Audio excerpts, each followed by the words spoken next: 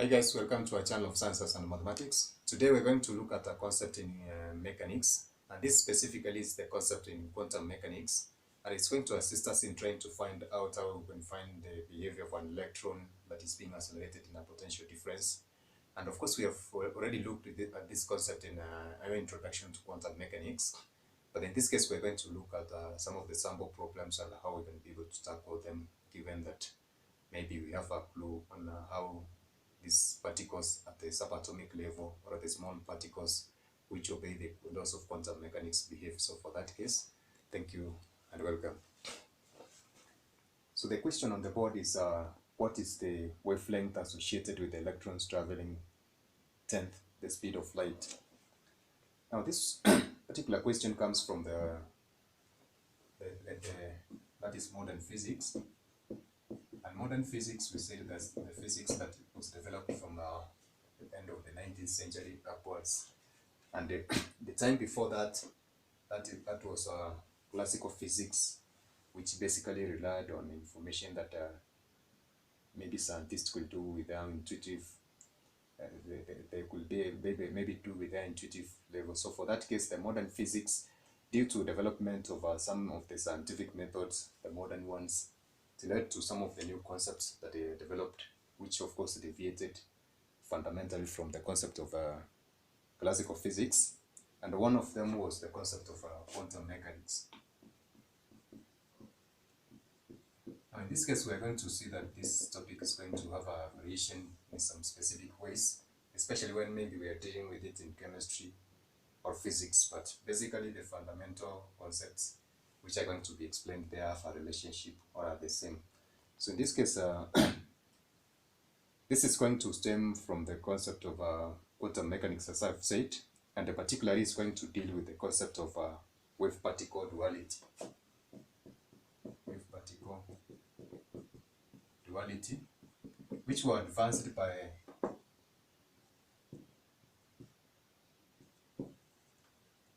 Niels Bohr and this is Werner Heisenberg. Hope I've written the spellings correctly, but in this case I'm just mentioned these two individuals in order to try and find out and of course there are several scientists who gave a contribution to this, but I've specifically just mentioned the two in order to try and give out some of the concepts which the two fellows tried to advance. So in this case, for Bohr, he gave the concept of a wavelength, whereby he argued that if there's a relationship between particles and waves, in that one of them can behave just like the other. So in this case, he was trying to give a relationship between particles and waves, especially at the level of subatomic level, whereby he tried to advance the concept of a wavelength to describe particles at a subatomic level. So in this case, he argued that these particles are behaving as waves, and he gave an explanation to that. Now, to explain this concept of wave-particle duality, as I said, that there's a number of scientists also have given their input into that, and to explain the photoelectric effect, which was advanced by Einstein, which suggested that light has got particle properties. So therefore, light can behave as waves. And this is from the photoelectric experiment that Einstein was trying to explain on the concept of photoelectricity or photoelectric effect, whereby if an incident of electromagnetic radiation is, or maybe there's an incident radiation on a metal surface, electrons are ejected. So therefore, he concluded that the electrons which were ejected by particles that had wave-like properties, and of course these particles were called photons. So therefore, this one we're going to look at it at the concept of a photoelectric effect. So together with the other phenomena that were of course the contributions of these different scientists, the concept like the photoelectric effect and dispersion of light, which formed a spectrum, of course, gave a clue on understanding the wave theory of light, and this of course contributed to the wave particle duality that we are talking about. Now Louis de Broglie of course had proposed about the concept that I've already explained, and there's an equation that gave the relationship between these particles and the waves, of course, that we're going to see. And this is the Louis de Broglie's wavelength,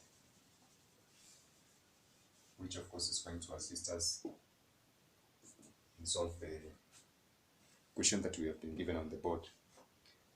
Now this, the Louis de Broglie's concept stems from the Einstein's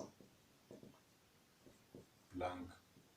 This is Max Planck also, who talked about who advanced also the principles of quantum mechanics by stating that energy is in form of discrete values that he referred to as a quanta. So this gave birth to the idea of quantum mechanics.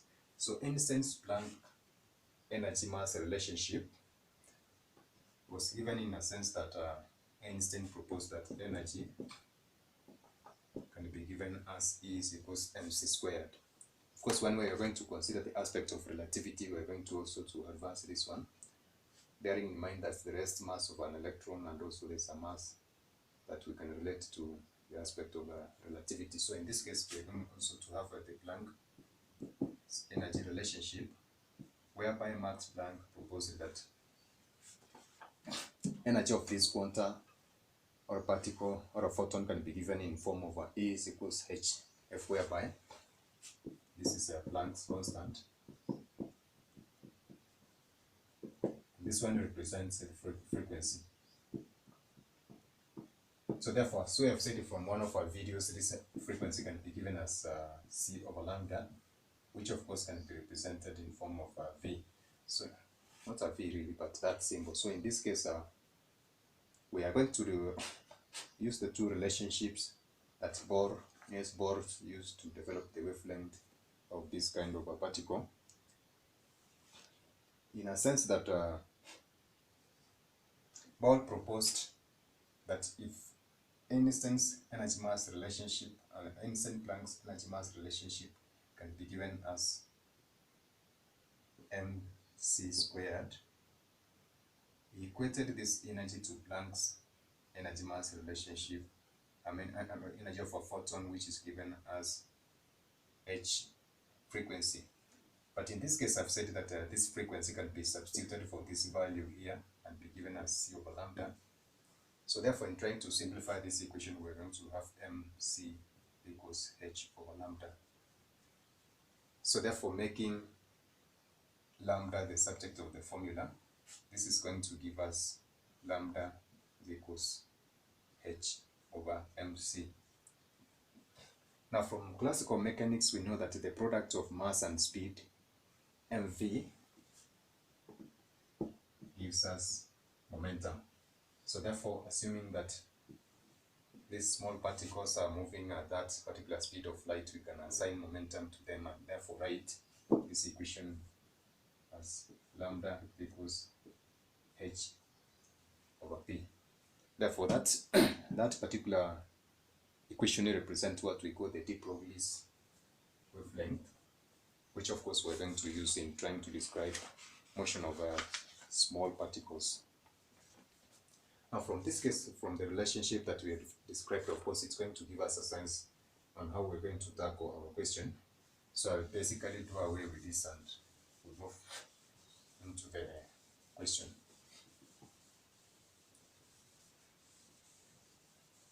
So the question says that what is the wavelength associated with electrons traveling at the speed of light? So the speed of light is a constant, which is to approximation, I can just write it. It's a constant, of course, which is given, so we do not have to worry about it, but this is around 2.998. So basically it has been rounded off to that figure for the sake of simplicity, or in that order of magnitude. So in this case, we're going to see that we had the concept of mass that we were talking about in the de Broglie's equation. And in this case, this is an electron, which is a subatomic particle. Its mass is also constant, and we're going to that figure in the table.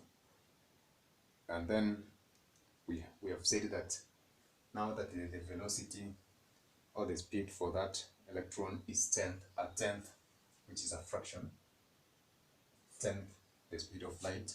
So therefore it is going to be c, or maybe we give it as a speed of electron given as a tenth the speed of light.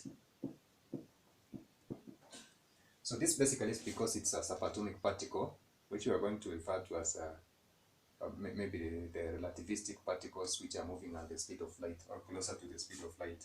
So therefore this is going to give us 3.0 times 10.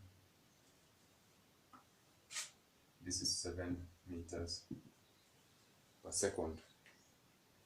Now given that Planck's constant h is also a constant which is given as 0.26 times 10 negative 34 joules seconds,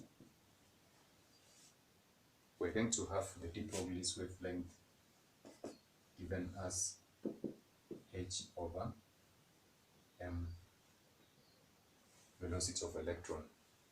So this is a subscript e for electron, so therefore it does not bear any value, so I'm just going to have a substitution for this and write 6.626 times 10 raised to negative 34 divided by mass 9.1 times 10 negative 31 times velocity 3.0 times 10 7.